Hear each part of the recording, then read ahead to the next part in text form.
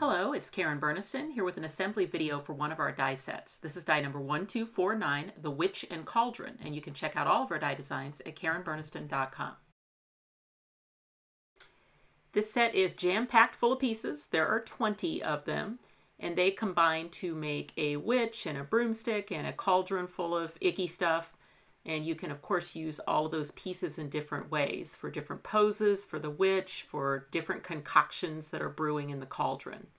Okay, for 12 of the dies in the set, I just went ahead and picked out some colors out of the scrap bin and cut them out of the colors that I wanted. So nothing really special about those dies in terms of like stenciling and embossing and things like that. Essentially just choose your colors and die cut those pieces.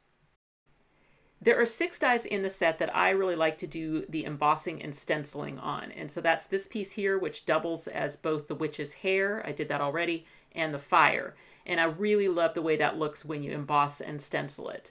Then there are some dies in the set to do the frog's legs. They have some kind of freckles on them that look interesting when you emboss them. There's the witch's face. You've got 2 little individual cauldron bubbles. And the eyeball itself for all the veining in the eye. That one looks interesting when you emboss it as well. I ended up putting the small circle in the embossed stack, but it really is not an embossed die, so that was a mistake. Now on the cauldron itself, I'm just going to cut it, but I kept it aside because I wanted to mention that you should try and protect your mirror card if you're using mirror card on the cauldron so that it doesn't get scratched when you die cut it. Okay, so embossing sandwich. All of your major machines will do an emboss of a wafer thin die. It requires like some kind of rubber squishy mat and possibly a secondary, special height mat.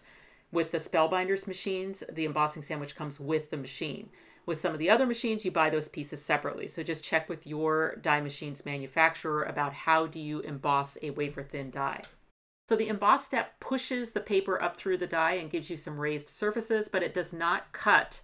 You have to set up your machine with a cutting sandwich and run your pieces back through like normal to do the cutting.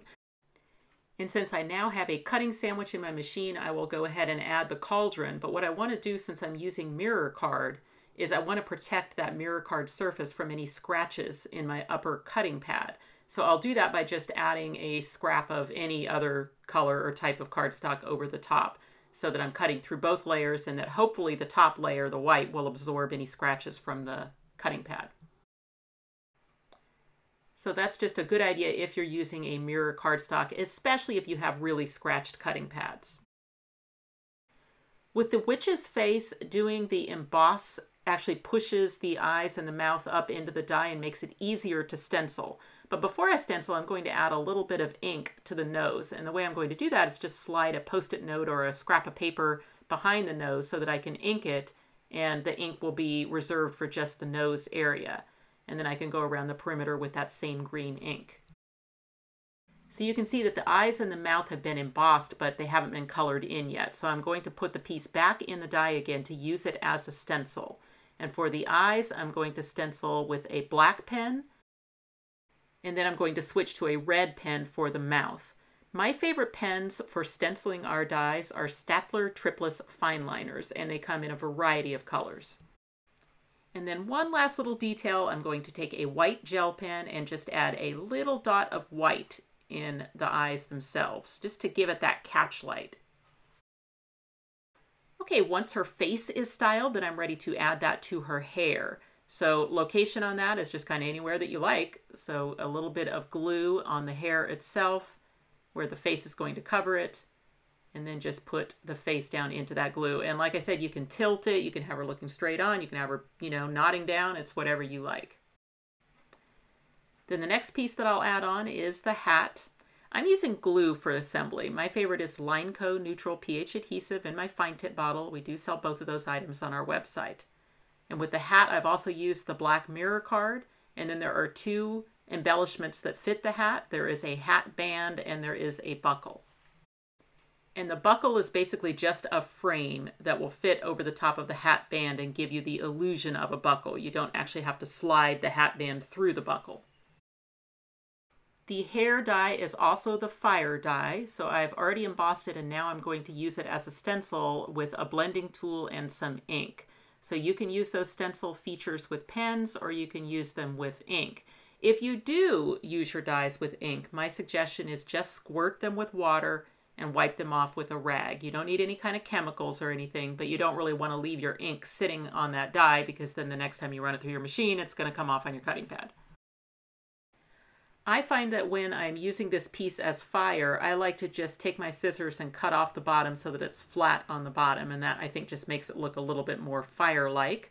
Plus it makes it easy to add bones at the bottom to be kind of like logs. And then I just glue my finished fire to the bottom of the cauldron. For the eyeball, I put the piece back in the die and then I'm pouncing some red ink through the die to add all of the bloodshot veining in the eye itself. So that could be done with a red pen just as easily, so either way. Then I put the small black circle in the center. And then as one last little touch, I will sometimes take a white gel pen and add a catch light to the eyeball.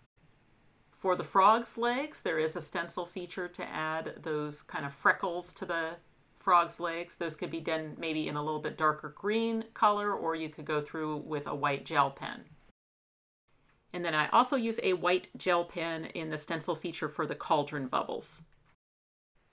For the broom, just a spot of glue at the end of the handle and then the broom head added to it. I did brush a little bit of brown ink on that broom head. For the bubbly cauldron piece, you can do that same trick like with the witch's nose, where you put a post-it note behind the loose bubbles that are in the front and then ink them to highlight them. So one thing you can do as you're building your brew, oh hey, that rhymes, is you can take advantage of those cut lines of those front row bubbles and actually slide items like the bone, the eyeball, and things like that, frog legs, behind the bubbles and then just glue them to the back. So I tucked the eyeball in and then now I'm going to attach the frog's legs. So obviously your recipe might be completely different for your witch's brew. You know, it just depends what you want to put in there and how you want it to look. If you would like it to be even taller, you could add multiple layers of the cauldron bubbles.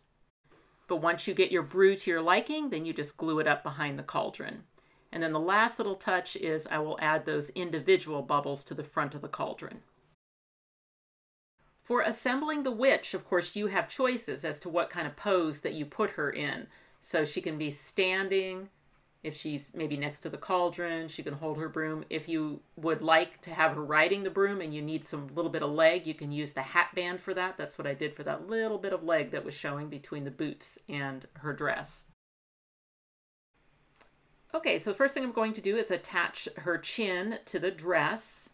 And then there are the little witch's boots. And so then I can just put a little bit of adhesive at the top of those. And then those can go on at whatever angle I'd like. I thought it would be fun to have one kind of kicked out. Then for her hands, just a little bit of glue out on the wrist. And then the sleeves can attach to the hands. And then as far as adding the arms to the witch, that's really kind of completely up to you as to where they go, at what angle. Whether she's lifting up, maybe to put something in the cauldron, maybe she's going to hold the broom.